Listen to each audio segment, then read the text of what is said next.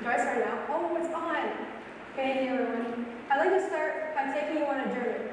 A journey not just into the jungle of a board game, but rather a journey into the very heart of two very important concepts: independence and self-reliance. Who in here has watched the movie Jumanji before? I see a lot of hands.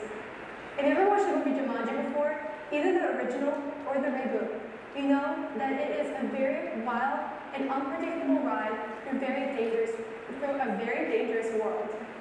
But throughout all the chaos lies a very important theme, and that theme is the value of independence. Today, we are going to unpack these two concepts, examine the subtle differences between them, and overall, walking in, and overall, examine the importance of reliance on oneself. For my very first term, we're going to start off with independence. Independence, very straightforward, is the freedom to make your own decisions. For example, me walking up on stage right now is my own decision. This is my independence saying I'm going to walk up and I'm going to stand right in front of you guys.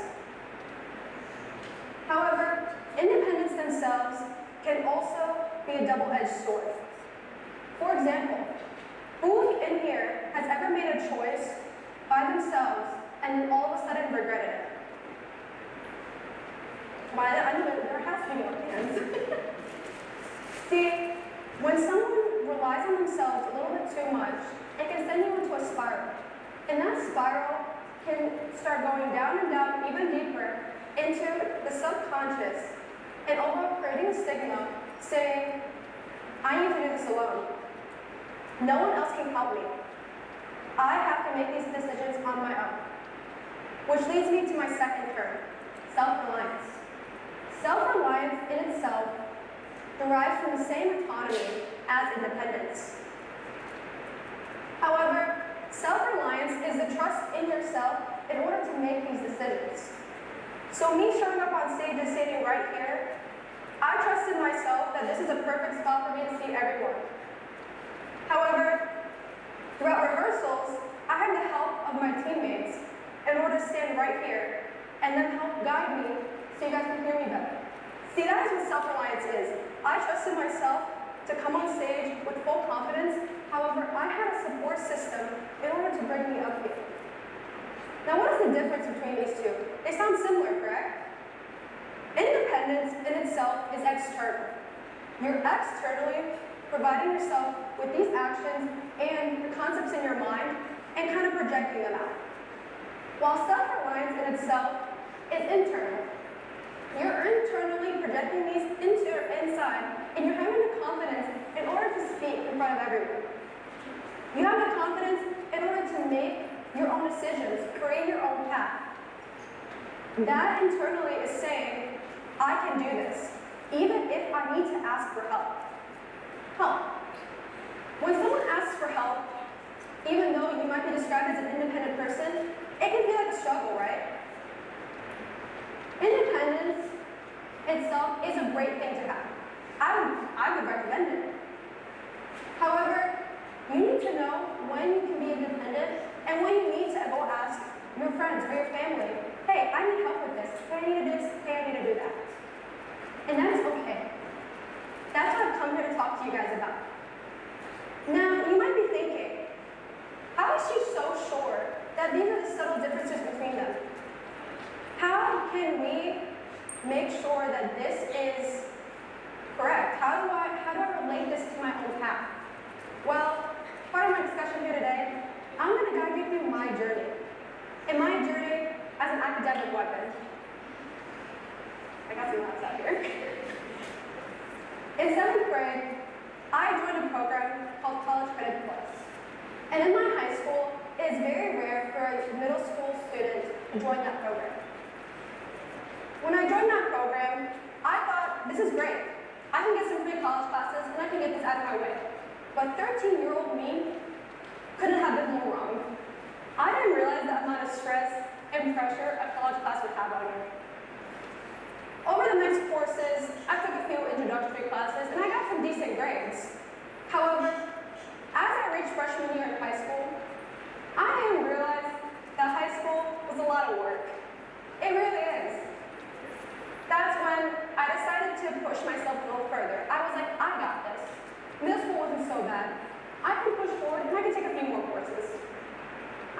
piling that up, and it kind of turned into this tower. But that tower had a very unstable base. And that unstable base was that I did not rely on anyone else but myself. And I could have had them more to do that. As I reached my junior year in high school, which by the way is the hardest year of high school, I noticed that I was struggling with some of my classes because I had just reached my very first F. Now, as a student who was always academically trying to achieve the highest, an F was really, really tough for me to see. So, as a result, I ended up going to my dad. My dad himself, great shout out to him, was probably one of my biggest supporters. That man himself kind of sat me down and said, it's okay to take a break. Now, being a first generation student as well, taking a break wasn't kind of in the baseline, not in the very starting course book. But hearing that from him and hearing my mom telling me that it's all right to just sit down and relax a little bit, take a day to yourself, was kind of like this big open book for me, where I kind of sat down and I was like, this is a support system I can trust. From that moment on, that was kind of my awakening, and I started taking control of my own life. I started taking control of my schedule. I started taking control of my path. And that is what self-reliance is. I reached out to someone and asked for help. Now, I can depend on myself and trust myself to do that again.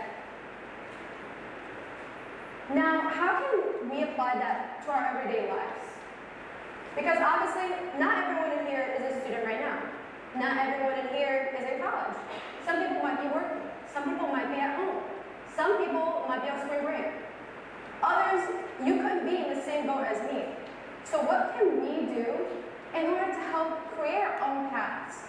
And also provide us a support system in order to reach our goals. My very first step I would recommend to you guys is asking for help. Which I know might seem like oh my God, like this is so crazy, I can't do this, like I can't reach out and I bring someone into my own burden. However, when you reach that point where you feel burnt out and you feel like you cannot go on, rather than sabotaging your future or sabotaging others, you need to reach out to someone. A simple text to a friend. Tap on the shoulder to your parents, be like, hey, I need help with this assignment, or hey, I need a break. Talking to your bosses at work. Reaching out to your coworkers, seeing if you can cover shifts so you can have like a mental health day. And that's step one. Step number two is after you reach that point where you feel relaxed and willing to move forward, create a schedule for yourself. Open up a book.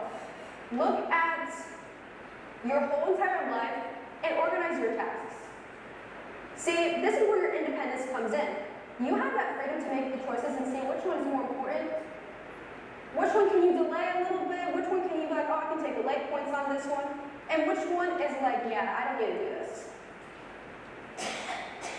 At work, when you have those documents that you know, I can wait to turn these in to my boss, or this deadline can be pushed back a little bit, it is not that important, you have the choice to do that. That is your own work, that is your own life. Your own life, your own way of thriving into the world. And my final step for you guys today is kind of trusting yourself and trusting that not everything is going to be perfect. Yes, you might be able to figure out your schedule, you might be able to figure out your whole entire life. However, just like my college class where I thought I was doing great and finally got my F, you're not always going to expect the unexpected. And that is okay. You are not always going to control what goes on in your life. There are many events that can happen that can make and break your whole entire world. And that is okay. It is okay to take a step back from that moment and say, I need a break. Or take a step back and say, I need to rethink this, or I need to relook at this. And that is okay. No one in here is telling you, I need you to get this done now. No one in your life is going to say this needs to happen. And if they do, I don't think it's worth it. To wrap up my conclusion, I want to say this. There's nothing more that I can say to you guys about your lives or anything. I can't give you guys some straight up advice, even though I just did. I can give you guys tips and pointers, even though it might seem that I have my own life ahead of me and I figured everything out. I even know. That is what self-reliance is. You trust yourself in order to have that courage to say, I don't have everything figured out, but I will. And having that independence as a backup, knowing that if I don't have anyone around me, I can do it on my own. I am that academic weapon, or I am that girl boss at work. Thank you guys.